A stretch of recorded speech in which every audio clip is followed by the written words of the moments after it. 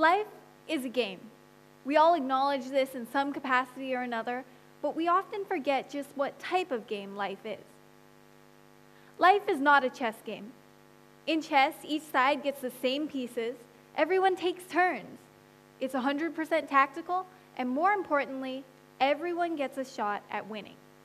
But that's not quite life. Life is more like a poker game. We have genetics, wealth, resources, education dealt out at random. And yet somehow, everyone's expected to compete in the same arena. It's funny that as kids, we needed every little detail of every little game to be 100% fair, and yet here we are, those same kids, having grown up into teenagers and adults who are playing, just going along with the least fair game of all. So much in life is left to chance, and I'm going to call that the poker factor. Our world is governed by the poker factor. A couple years ago, I had the opportunity to go to Anhui, China, where I interviewed disabled applicants for artificial limbs. There, I heard many of their stories, and I got to meet this man on the right named Wang Wen. Wang Wen is a farmer. He's always been a farmer. He used to work hard to scrape together a couple thousand RMB for his family just to get by.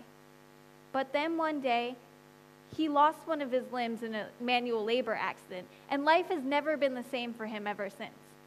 With only a 5th grade education, he had few options other than farming. We often like to believe that we got where we are because we did everything to deserve it, because we worked to get here, because we studied for that test. And yes, hard work does pay off. Hard work can get you far beyond where you started. But if you were born miles away from the finish line, you're never going to catch up to that boy or girl who was born just steps away, no matter how fast you run. Let me tell you a little secret, something our parents and teachers don't often like to tell us.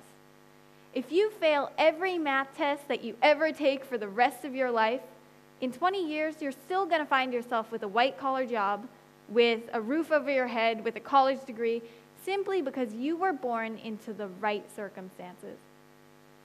Likewise, Wang Wen's son here, even if he gets A's on every math test for the rest of his life, he's still never going to run a company, never going to be a millionaire, most likely never even going to go to college.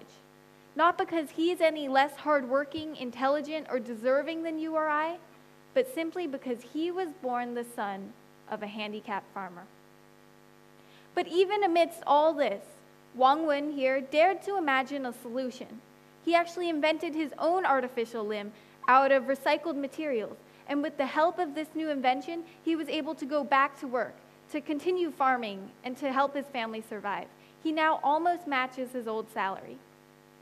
When he heard about our team's work, he quickly applied for a professionally made artificial limb that will continue to ease his work.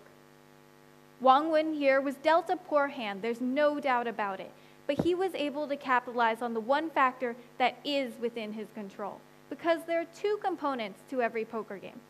They're the cards we were dealt, but there's also how we choose to go about playing our hand. If you're sitting in this room, then you have at least one of those components stacked in your favor. I stand amongst brilliant minds, privileged individuals, successful people, the very people who have the opportunity to change the game, to minimize the poker factor. And let's look at how we can do that. First of all, you were dealt a wonderful and amazing hand. You have talents, resources, abilities that few other people in the world have. Do your cards justice. If you have a talent, foster it, foster that potential, put in the work to make it bloom.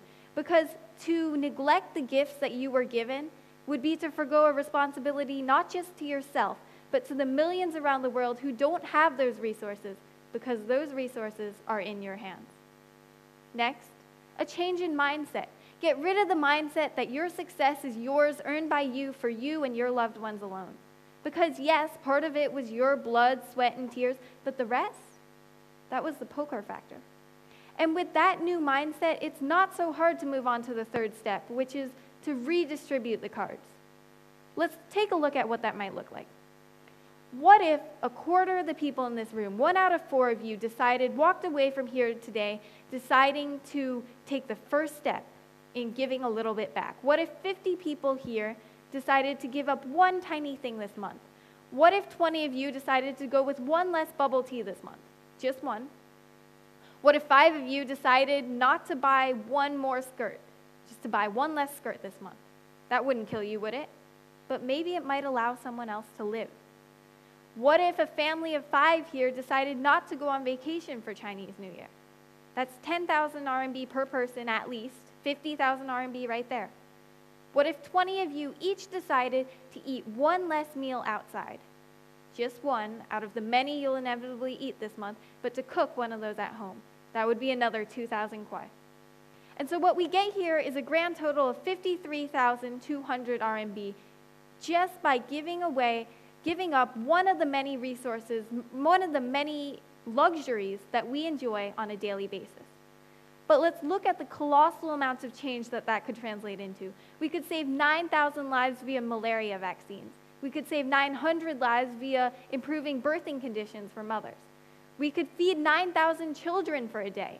We could provide 300,000 doses of supplements that would prevent neurotube defects. We could do amazing things with this, just if a quarter of us gave up one of our many luxuries. You're sitting here today, winning this game, because millions are losing in your place. Now imagine if we started giving back to the game that got us here. Thank you.